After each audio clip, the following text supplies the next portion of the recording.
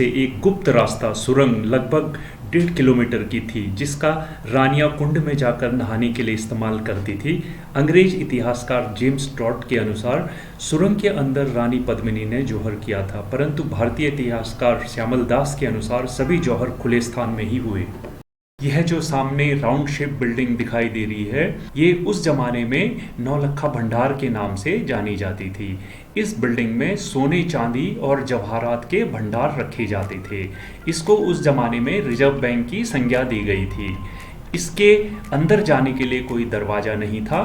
इस तक पहुंचने के लिए सीढ़ियां बनी हुई थी और उन सीढ़ियों से ऊपर चढ़ करके फिर आप नीचे भवन तक जा सकते थे। जब राज्य में अकाल पड़ता था तब इसके कोष का इस्तेमाल मानव कल्याण के लिए किया जाता था। और ये साथ में लगी हुई दीवार बनवीर की दीवार कहलाती है। इसको बनवीर ने बनवाया था। लगा के वार करेगा और छत छोटी है, तलवार छत पे टकरा गई, इधर उधर टकरा गई तो सामने वाले का बचाव हो जाता है। इस वजह से उनका छत छोटा करते, जबकि उस जमाने में राजपूतों की हाइट अच्छी होती थी। छत छोटे, दरवाजे छोटे, सुकड़े गंगलरे। और उस जमाने में क्या बड़ा पत्थर का बेल लेके घूमता था, पानी से अपनी नाली बनी है, उसमें छोटे छोटे पत्थर के टुकड़े डाल के उसकी पिसाई करते थे। उस पिसाई में कई महीने लगते थे। जब उस पाउडर बनता था, पाउडर में स्पंज आ गई।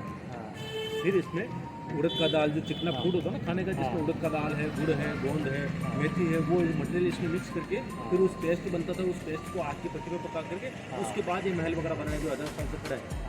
ये विजय स्तंभ है।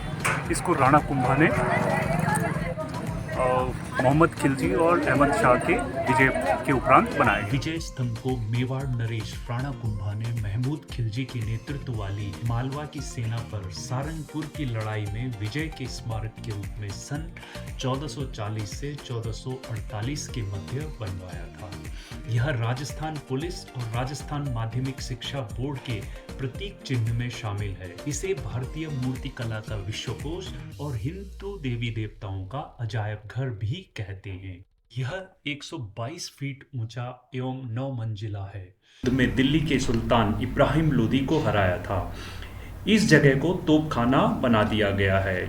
वह विरक्त हो गई और साधु संतों की संगति में हरि कीर्तन करते हुए अपना समय व्यतीत करने लगी।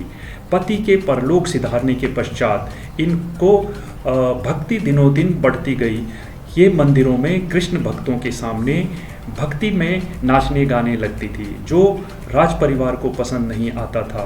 राणा सांगा की मृत्यु के बाद विक्रम सिंह मेवाड़ के राजा बने। एक किंवदंती के अनुसार उनके ससुराल वालों ने कई बार उनकी हत्या के प्रयास किए।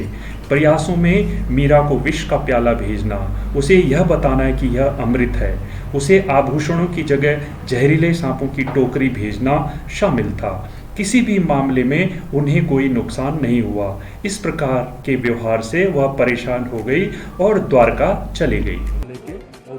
फ्रेंड्स, उम्मीद करता हूं कि आज का कंटेंट आपको पसंद आया होगा। अगले एपिसोड में हम आपको दिखाएंगे जौहर स्थल, गौरी कुंड, कालिका माता मंदिर, रानी पद्मिनी पैलेस, राजा रतन सिंह पैलेस और कीर्ति स्तंभ। यह आपको बहुत ही रोचक अनुभव देने वाला है। तब तक आप कंटेंट को लाइक करें, शेयर करें और सब्सक्राइब जरूर करें। Thanks for your time.